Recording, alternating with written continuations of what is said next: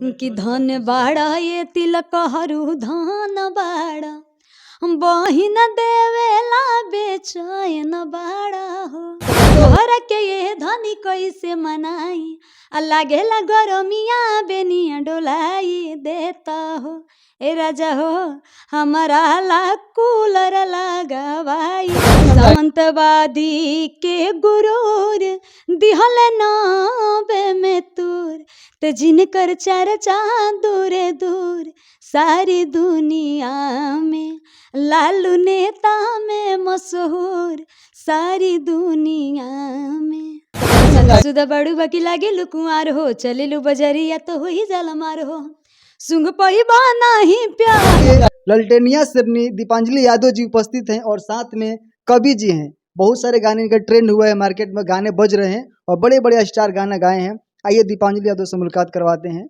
रूबरू के साथ। कैसी है मैडम?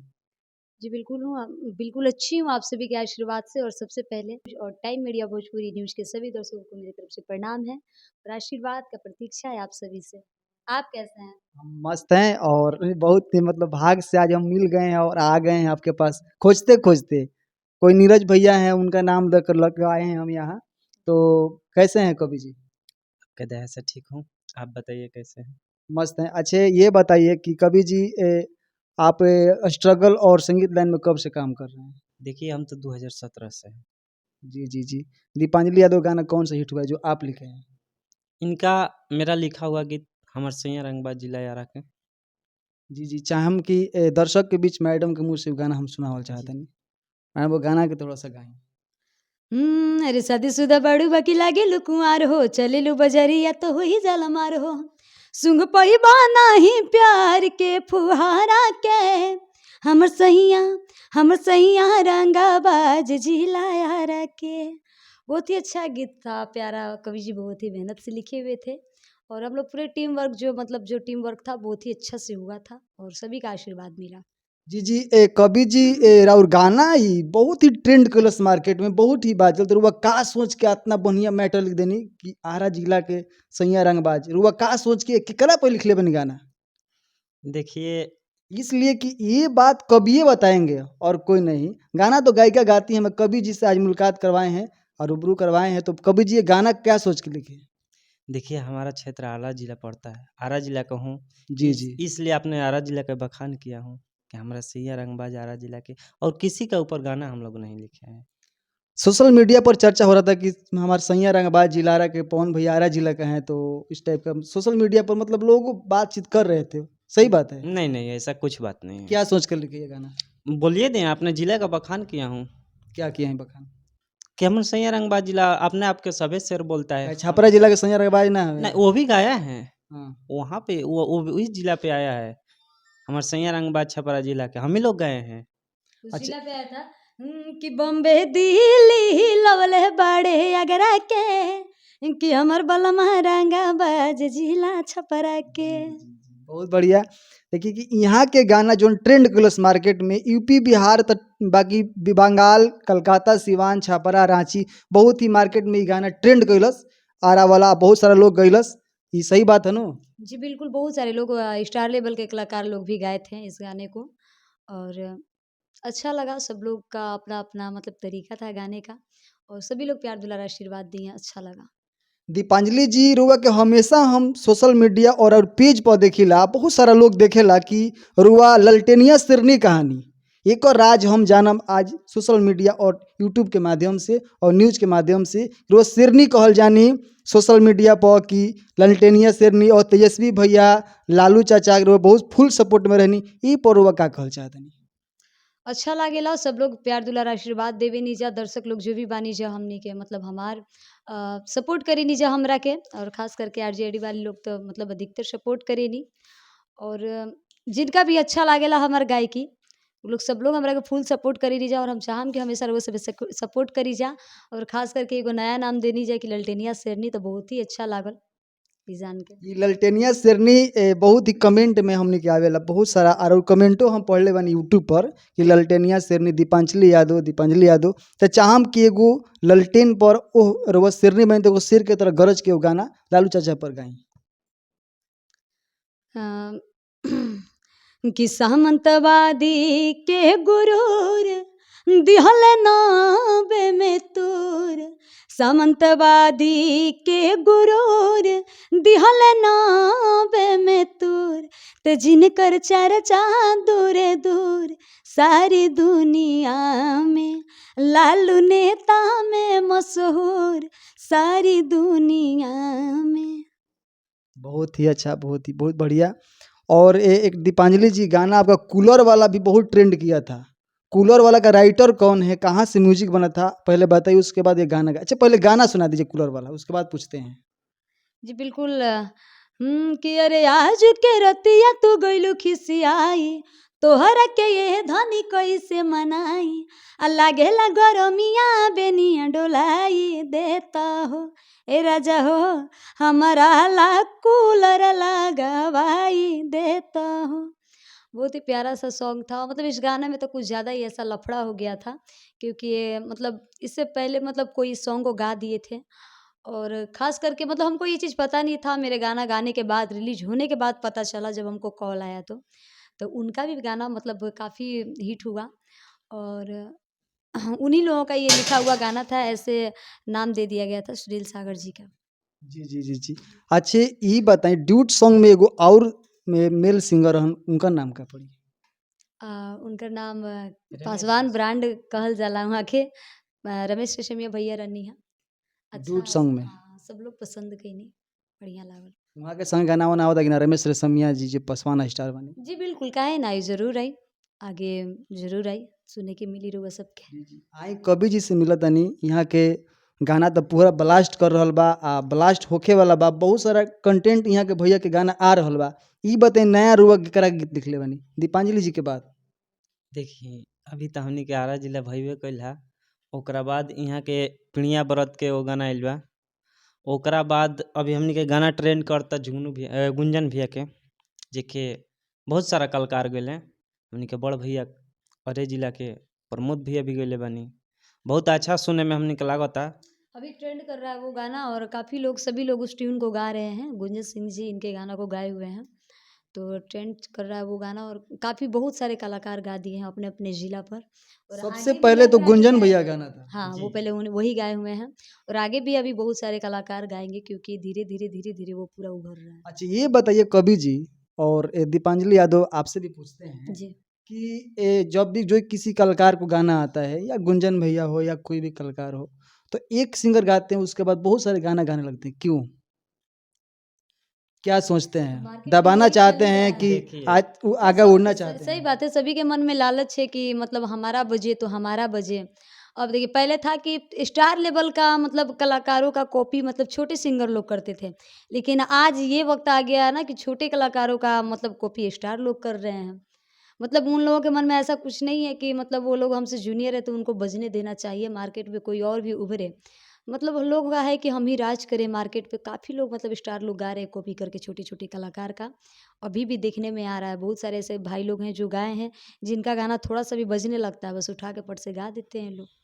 जी जी। देखिए पहले के लोग कलाकार रहन, छोटा कलाकार तो बड़ के लोग कॉपी करत रहे, पवन सिंह, खेसारी लाल यादव, बहुत सारे लोग कॉपी करत रहे। आज के दौर ऐसा नहीं बाटे। छोटा कलाकार के बड़ लोग कॉपी करता। हाँ, छोटा कलाकार लोग बड़ कॉपी। अच्छा ये बताएं, गुंजन भाई जो गाना लिखले बनी, जी। तो नहीं सब गुनगुना दी अपना आवाज में थोड़ा सा। वो बाकी घूमत तारू पिया बिहार में। तनी सा गुनगुना दी। मादिक में कप लागे लुटे कप, दादा दादा दादा दादा में, दादा दादा रे, दादा दादा रे, दादा दादा दादा में, गुंजन के संग है जालू कार में, ओधस के संग है जालू कार में, घूमता रो यूपिया बिहार में। बहुत बढ़िया गाना बा। और प्रमोद भी बिया गा दिल बानी कि घूमा तरुआरा के बाजार में। पहले तो गाना ही गुंजन सिंह के आई रहे, एकरा जी। बाद कॉपी कैले प्रमोद प्रेमी जी, और भी लोग किए हैं, बहुत लोग किए हैं। बहुत सारे कलाकार। बहुत सारे कलाकार लोग आ रहे हैं। देखिए बहुत सारा कलाकार ये गाना के कॉपी करनी, पहले गुंजन सिंह गईनी, ओकरा बाद बहुत सारा कलाकार कॉपी करनी। अच्छा ये कॉपीराइट कब ले चलत रही कवि जी, कुछ रुआ बताएं? एकर तो कोनो लिमिट नहीं। कौन अंत बा? अंत नहीं है, बढ़ते जाएगा, घटेगा नहीं। अनु अच्छा ई बताइए हमारा सोशल मीडिया पर और न्यूज चैनल पर वो नाम अपन ना बताइए याद करी। हमारा नाम अवधेश अलवेला पड़ी। अवधेश अलबेला जी यहाँ से तो बातचीत होता बाकी नाम अपन ना बताओ। अवधेश अलबेला जी गीतकार बनी अब बहुत ही बढ़िया कवि बनी और दीपांजलि यादव गुंजन सिंह बहुत सारा स्टार के यहाँ गाना लिखत नहीं। जी अच्छा ई बताइए कि रुआ गाना के पैसों से लेला जी, मन के पेट पा तो मजदूरी कर लिए तो मिलेगा चाहिए ना। सही बात। अच्छा दीपांजलि जी राउर एगो गाना बहुत ही अच्छा लागल। नेक्स्ट बार जब हम ले रही इंटरव्यू बेटी की विदाई वाला हम चाहम कि एगो बेटी की विदाई फिर थोड़ा सा हो जाए बिटिया रानी लोग खाती। बिल्कुल। कि चुटकी भासे नोरा लगवाते ये पापा बेटी हो जई है पराए तेज जनी आखी के पुतरिया ये पापा हाथावा सिन्होरावा धराए। हमको ये बहुत ज़्यादा पसंद है ये गाना। बहुत ही सुंदर ये गाना सुन के हम खुद सैड हो गई है। अब पिछले बार जब आए रही तो सैड हो रही है गाना सुन के। अब बहुत ही अच्छा बिटिया लोग खाती गाना रुआ गईले बनी। अच्छा ई बताई कि पिछला बार भी अश्लील के बारे में बात बे रहे।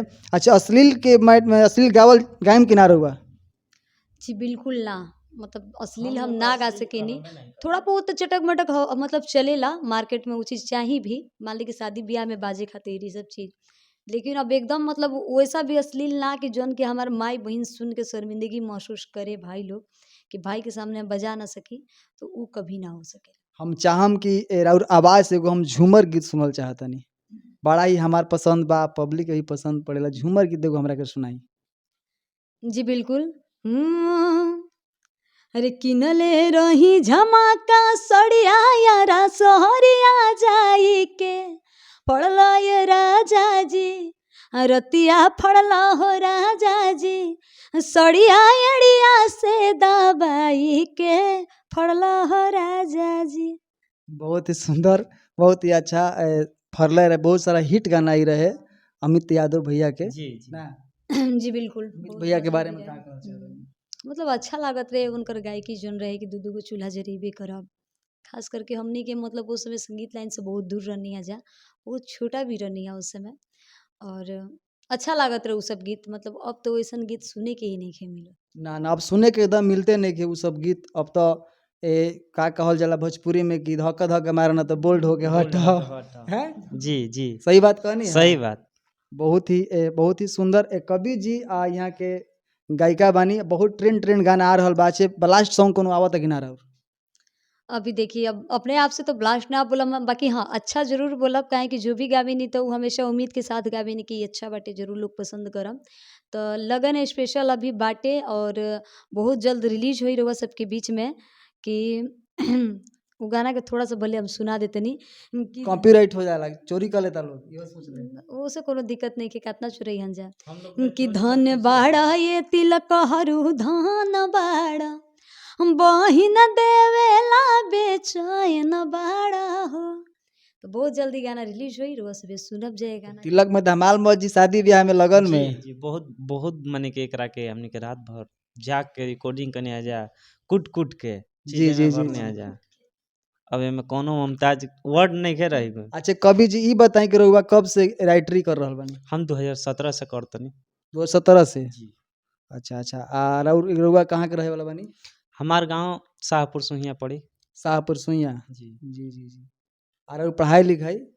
पढ़ाई लिखाई के का करल जाओ जितना बानी जा ठीक बानी जा। अच्छा ई बताई रहुआ संगीत गीत कैसे लिखलनी। कवि तो एगो बड़ा सोच समझ के कवि गीत लिखेले या चाहे किताब लिखेले कैसे रहुआ कवि बन गनी का सोच के।